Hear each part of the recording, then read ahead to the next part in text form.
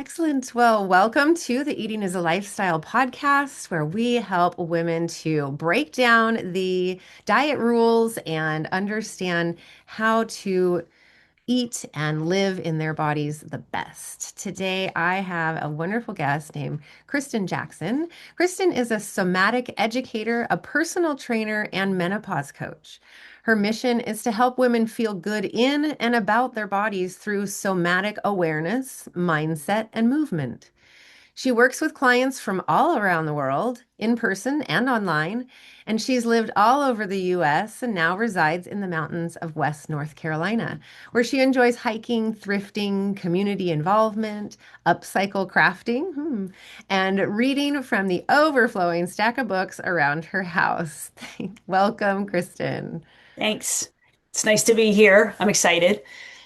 Excellent. Well, I am really excited to have you here too because um, I'm starting to hear this word more and more, this somatic. Okay. And I think that we need to help people understand what it means because I keep hearing it and I have my own definition, but I'm not actually sure I'm covering it right. So I would love for you to explain the word somatic and why you use that word. Okay. The form of somatic movement that I teach is based on the work of Thomas Hanna, and he coined somatics for his method. But yeah, I can see why you might not know what it is, and people Google it and they're like, I don't know what you do. I don't understand. And what they see generally online is not what I do. Well, that's a whole other story. But anyway, so this is how I try to explain what somatics is. Okay. So, first of all, there's this huge umbrella of lots of different methods of movement. And you could kind of think of it as like mind body connection. That used to be a term back in like the 90s and they're Okay. So if around I that. think of the word somatic as, because in my head, I think of it as body, but it sounds like the part I'm missing is that it's about mind-body connection. Yeah. And then the method of that I offer to people, it, like I said, from Thomas Hanna, is clinical or Hanna somatics. And so I explain to people like our somatic nervous system is the part of the nervous system that helps us learn our motor patterns, like sitting up, riding a bike, knitting, playing golf. Like once we practice a movement pattern enough, it becomes ingrained in our nervous system, Kind of right? like muscle memory, only Yeah, but nervous system it's memory. really coming from the brain, right? So your somatic nervous system is also responsible for the reflexes to threats and danger. So like when we are startled, we instantaneously like contract, right? So your body contracts. You don't have any voluntary control over that. That's a reflex. If you're in a state of fight or flight, your back contracts to get you to like move forward. And those reflexes they're a good thing. We want to like the tech bros love to say they're going to overwrite their reflexes. I'm like, good luck with that, dudes. But but the reflexes, if we're not coming back to like a more homeostasis way of being, like relaxing out of that threat, um, then our muscles will start to habitually stay contracted into those reflexes. So there's two things that people can be stuck in, like how they hold their body and do things all day long. Like if they sit over their devices, this kind of looks like the startle reflex, right? When we contract our fronts. If people are always go, go, go, a lot of them are really tight in their low backs. So these are things that people have been told, like if you stretch or strengthen or have somebody try to manipulate it out of your body through, like massage or chiropractic, that'll fix you. But somatics helps you recognize the patterns that you're stuck in, the ones you've habituated, so that you can naturally let your muscles relax through these specialized movements. And so, does that kind of make sense? Oh, totally. So much more sense. I'm Okay, yay, picturing, good. I'm actually picturing my husband. He's always in this position. Hmm. Shoulders up. I forgot we're doing podcasts, and it might not be video. But shoulders up in the ears, right? And I see this position on him sometimes when he's supposed to be relaxing. And I think, you don't look very relaxed. And then if I say something, he goes, oh, yeah. And he drops his shoulders. And I think that is an example maybe of Yeah, that's a perfect example. mind body. Okay, love it. Yeah, Perfect. yeah. Thanks. So that if for whatever reason, maybe it goes way back to like protecting himself with those shoulders up, or maybe that's just how he works at his desk.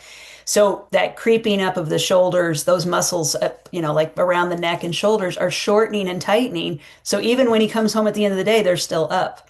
Yep. So you can consciously think, oh, I have to put my shoulders down. I have to put my shoulders down. But unless you uh, with somatics, what we do is we actually like intentionally contract more so that he raises the volume of that kind of like tune up the dial on that tightness. So he raises it so he notices how tight he is there in that neck shoulder region. And then as he slowly lets it release, he can reclaim the length of his muscles and his shoulders will settle back to a more neutral, relaxed state. So it's completely different. It's a paradigm shift, but we have a pain epidemic, and obviously what we've been doing, it doesn't seem to be working. So somatics really helps people who want to tune in and notice what their brain is doing to their body. Well, that really leads into my next question was, what is the main problem that you solve? Is it pain? Is that the main problem that you solve for women, or is there something that else that you Well, I mean, I came to somatics after getting hit by a car. It was the thing that helped, turn my life around. Even as a personal trainer, I was just like, I was a mess.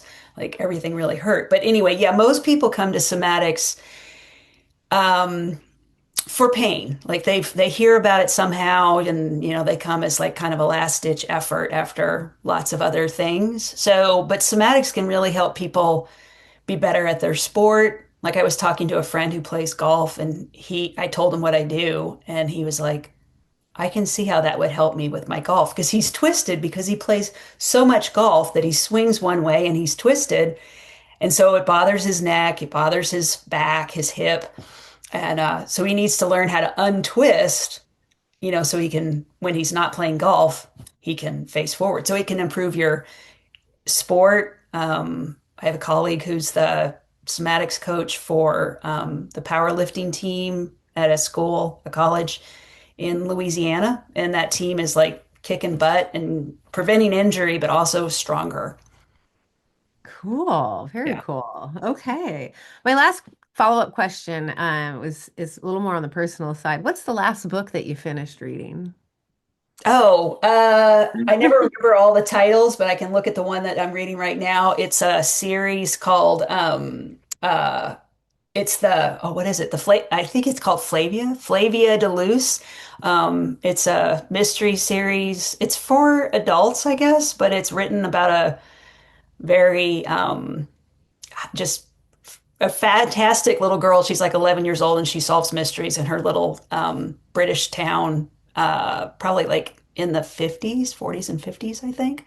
So, Oh, okay. So the main character is a little an 11-year-old girl that solves mysteries and okay, that's yeah. so sweet. Love Yeah. it. So, I mean, and those are, I finished my fiction books, but I have tons of nonfiction books that are like things that I like to read through bit by bit, and they're just scattered everywhere.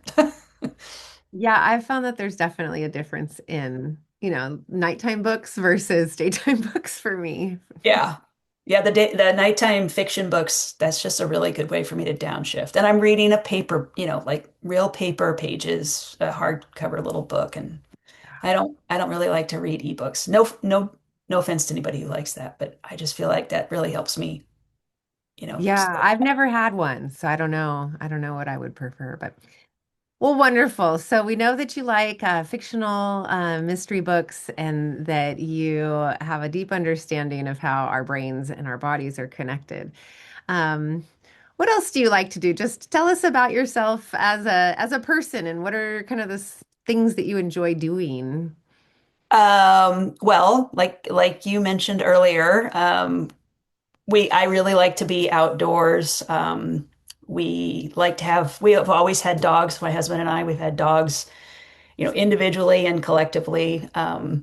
We rescued an English Mastiff a couple of years ago. So that's a big project, literally and figuratively. Big Um, boy. Yeah. It's a yeah, girl or boy? it's a boy.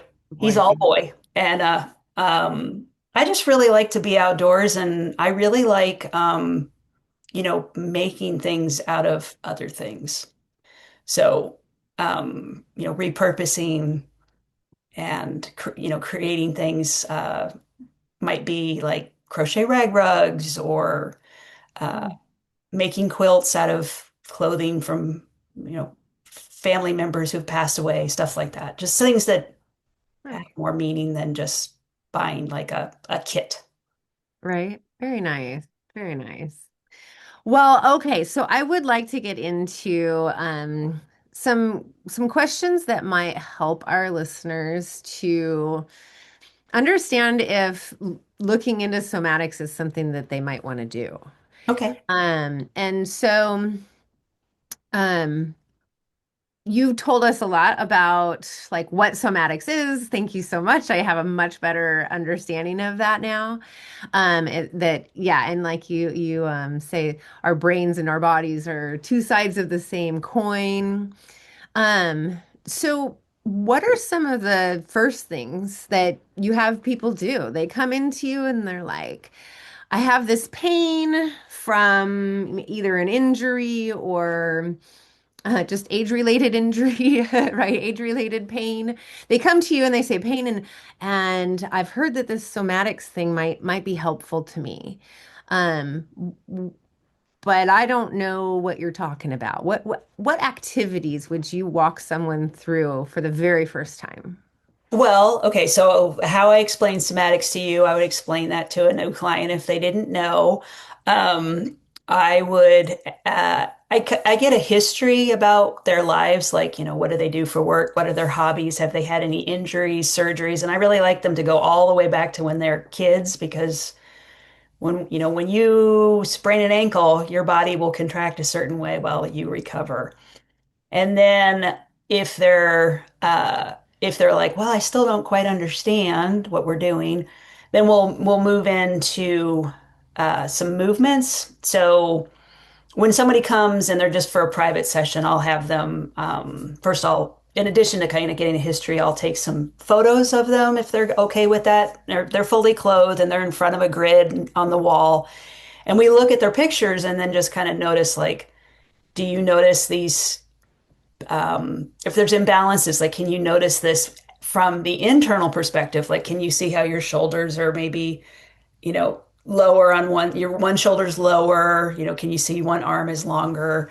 And I always tell people like we're not judging the pictures. We just want to see like what does your brain do when I say stand up, and then that's how you stand.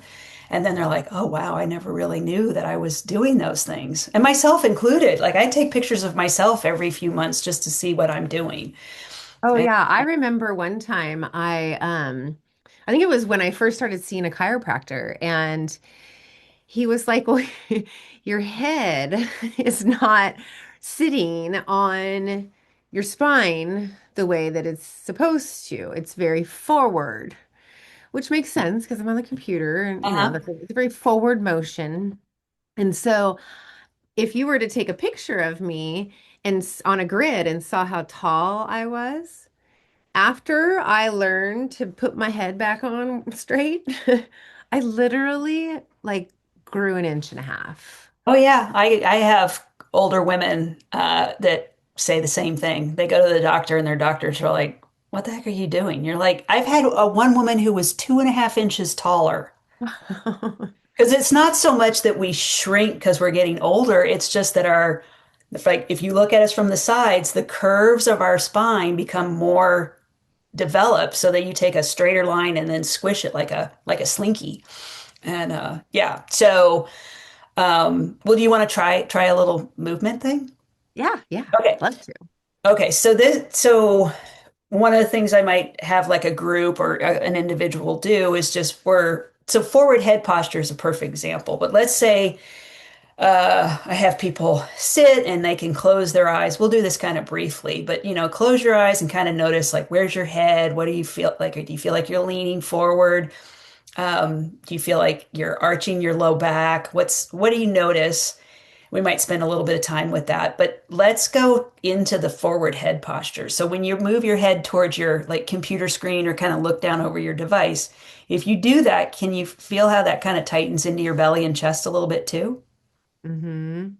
Yeah. Most Mhm. people will do it that way, right? They'll their bellies will shorten a bit, their shoulders roll forward, and then they're looking at their computer screen. Mhm. So then and then like what you said with your husband, he's like, put your shoulders down. But if you want to correct this forward head posture, this leaning in and tighten your belly, what do? We kind of like pull up, we use our back muscles and we contract. But so pull up and feel your back muscles work. But do you feel like you really actually released your front? No, No. right? Yeah. Yeah, people are like, oh my gosh, I really am. I'm like, now I'm making tension happen on both sides of my body. So that's the fixing, the correcting, you know. I mean, as a personal trainer, when people used to come to me before somatics, I'd be like, oh, we got to stretch your chest and strengthen your back. But now I help people release the tension so that then they can just function much more easily without having to like force it. So here's the somatic version, okay? So you go back into that tension of the belly and chest closing up. You can kind of roll your shoulders forward. And as you kind of stick your head towards your computer screen, can you feel a tension in the back of your neck too? Oh, all day. Yeah. Okay, Yeah. so then I usually encourage people to close their eyes. So if you close your eyes and just kind of really tune into those sensations. Now, without trying to pull out of it, just start to lengthen through your belly. So you'll start to sit back up and let your chest muscles relax so your shoulders can open. And you'll notice your head just kind of lines right back up where it should be. And just breathe along the way. And then tell me if you feel like that feels different than trying to pull on it. Oh yeah, much more Yeah. relaxed. Yeah. So it was learning what you're doing so you can release it versus like, just fix it, Toby. You know, yeah. Do some rows, more rows, More right? rows. Yeah. Because people will do those types of exercises, but if they're not releasing their front, they could actually be tightening their front more. I mean, as a Mhm. personal trainer, I'm like, oh my gosh, that makes perfect sense. But I used to tell people like, do your rows and, stretch your chest. Yeah. So, but, been a Well, hey, what's we learn new things, and that's what makes it great. yeah. Um, well, cool. So, Kristen, what do you think sets you apart as a practitioner? Well, because I'm a personal trainer and a somatic educator, I mean, the two go really well together. And like I said, before somatics, I used to just be kind of more of the fixer. Let's work on these imbalances through force and effort. But I really just want people to feel better in their bodies, not by trying to beat against their nervous system, but feel really good. Like people tell me like, "Oh, you're a personal trainer. You must, are you a drill sergeant? You're going to make me cry." I'm like, "No, I want to make you feel good so that you have like joy and energy to go out into the world as opposed to being like, oh yeah, my trainer depleted me." So we have enough things that are making our lives hard. I want to make people's lives more enjoyable. So, how do you meld that with the recommendations for women, especially through menopause and perimenopause, to do more strength training and do more muscle building? Because that's hard and it hurts, and you're like it doesn't feel great while you're doing it. I personally do a high intensity heavy weight lifting workout because I love it, but I can 100% see how people would not love doing that. Okay, so when somebody is perpetually contracted in certain parts of their body, and then they try to strengthen the opposing areas, so like if somebody's really tight in their chest and belly, and then they try to strengthen their back, they're pulling against their own tension patterns. So it's making it harder to do the exercises. Does that make sense? So it's like you're fighting against extra tension instead of being able to recruit the muscles that you need to recruit. You with me on that? Does that make sense? It makes sense. And part of me wants to be devil's advocate and say, oh, well, has more tension, but you're also not getting that range of motion and the full movement. So it sounds like somatic work, the work that you do, would actually go well with someone who is trying to do more of a high intensity workout like me, that I might be in there being limited by those tighter points that I haven't figured out how to let go. Yeah. And so the other thing is like I've got a course right now going. It's a 28-day course, and we start with really slow movements. It's a course to help women learn how to lift weights properly, because there's a lot that goes into lifting weights. Then, because well, right now every woman in perimenopause, postmenopause is being told lift heavy, lift heavy, lift heavy. But if you don't really know what you're doing, you can hurt yourself and set yourself further back. So through the somatic training, people can learn how to relax their muscles to a more full length so that they have the ability to contract and recruit the muscles that need to work when they need them to work, and then have better interoception and proprioception. Like, what do they feel from the internal perspective while they're making their muscles do what they want? And also, where are they in space? Because as we get older, that actually starts to like slack off in our nervous system and our awareness of how we are moving through space. So somatics helps people just have like a really good foundation to build on. And before I did somatics, I used to be sore when I work out, and now I lift heavy and I'm not sore because my muscles know how to relax. I mean, I might think, oh yeah, I definitely did some work yesterday, but I don't walk around going, oh my gosh, that really hurts. Mm. So, I mean, it goes along with nutrition and hydration and things like that too. But If um, I don't hydrate after one of those workouts, whoo, I feel it. That's when I feel the most sore is when I don't drink enough water on a oh workout yeah, day. I know it's like trying to make beef jerky work out. Like it's just not going to move very well, and it's going to be just tight and stiff. Making beef jerky work out. Uh, um, Did that answer your well, question though? Did I that think make so. I okay? think so. Yes, yes. Um, okay. So, as a provider that serves primarily women, with the goal of feeling good in their bodies, what is something that you wish people would stop doing? Um, Going fast and furious just for the sake of thinking that that's the best way to get a workout. Okay. I mean, there are things when we can do fast, but just doing your workout fast. I mean, when workouts are literally called insanity, like that's insane because you can't do that really well. I think just slow it down a little bit and you'll get more out of it. Huh. Okay. Fast workouts. And Um, I'm all for intervals, but like if you're trying to lift weights and you're just doing it really fast, mm, yeah, I think that's kind of dangerous. okay. You're going Okay. to feel So, it more in your joints than actually in your muscles. hmm slow movement. So, all the ladies that are out there lifting the heavy weights, lift them slowly. Well, you can do depending on like the eccentric and concentric, depending on which way the you know your limbs are moving and the way you're flexing and extending your spine. You'll do things like if you squat down, you can go down slowly, but then you can push and come up quick, Ah, that kind of thing. those So explosive kind of movements. That's where the trainers come in. That's why we need you because because there's so many nuances. yeah, it really Um, is. Yeah, there's so many things to think about, and yeah, people don't realize how much goes into like doing a proper deadlift, things like right. That's a really dangerous one to do wrong. yeah.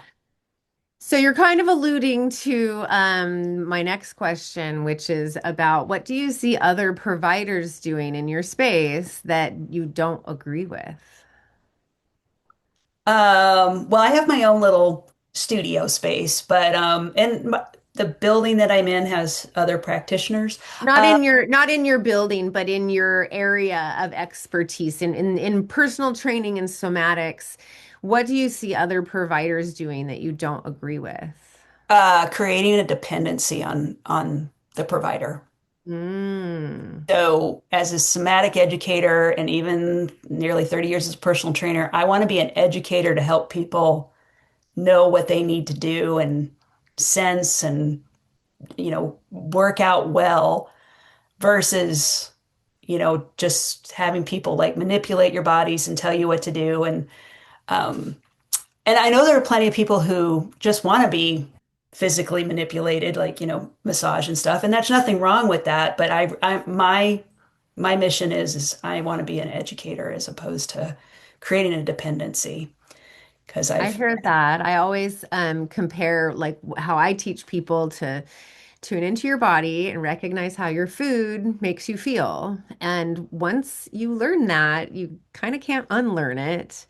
And so it's information that lives inside of you and that you just know inherently after that. Well, you're not mm, gonna, it's not something that you can go back on.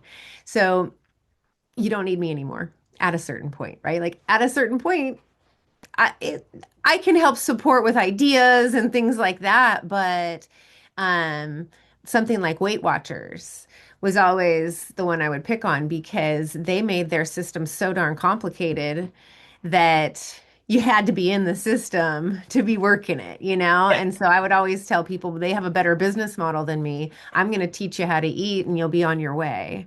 yeah. But Well, that's kind of funny that you say that because as a somatic educator, I mean, one of the things we say in our business is like we have a really poor business model because we're not meant to be something that you just have to keep going to over and over and over again. And I mean, I'm not dissing any of the other methods, but like I taught a class at a community college, and a guy came and he was just blown away by how good he felt after this 4-week course. And he's like, I've been going to a chiropractor for 25 years and I've never felt this good. And he said at the end of the course, he's like, well, who do you think I should go see now? And I was like, well, you could come see, this was a class, group class. I was like, you could come to a somatic educator, you could have a private session. And he's like, no, meant like, should I go to an acupuncturist or a massage therapist now? And he was still in the mindset of like, somebody's got to do something to my body and manipulate it to keep going. So people are like, I love my chiropractor because they make you feel good, but it doesn't last right. generally. I mean, it might. I don't, like I said, I'm not trying to tick anybody off, but if you have to keep going to have somebody do something to your body, then you really don't know how your body is functioning. You're dependent on somebody to quote unquote fix you. Then something's off. Yeah. Well, I know that you work locally as well as online, so you can work anywhere in the world. So how can people connect with you? Well, my website is thinksomatics.com. I have classes, group classes that are hybrid where some folks will be in my studio, but then also online. So people can attend that anywhere or come into the studio. And then private sessions in the studio, or people can have a private lesson where I can really design a routine for the individual based on their needs and have a conversation. Because if we have a group class online, I can't talk to everyone's specific needs. I just watch and try to talk to what I see within a group, but during a private session, then we can have a conversation. And it's not the same as in person because, like I said earlier, in person, somebody's on a table where they're doing movements and I'll have my hands on certain parts of their body to help them so their sensory cortex will have a better, like deeper response. But yeah, but all of it's on my website, thinksomatics.com. Okay, okay, cool. So people can just kind of reach out and yeah, and do a free consult or something. Do you do that? I have a YouTube channel. People can learn on there. Oh, there you go to figure out what it's about, and then they Yep. can connect with you on Thanks. I'll link that in the show notes. Yeah, so they can look for Kristen Kristen Jackson on YouTube with Think Somatics. So Perfect. We'll get that link too. thank you. Well, Kristen, thanks so much for being here today and sharing this different approach, this natural approach with us. That's something so powerful, and I don't think a lot of people know about it. Nope, they sure don't. But it's getting out there. But like you said earlier, people don't know what it is. Now it's kind of in the vernacular, but people still don't know what it is. So I appreciate the opportunity being able to share. So thanks, Toby. It's been awesome.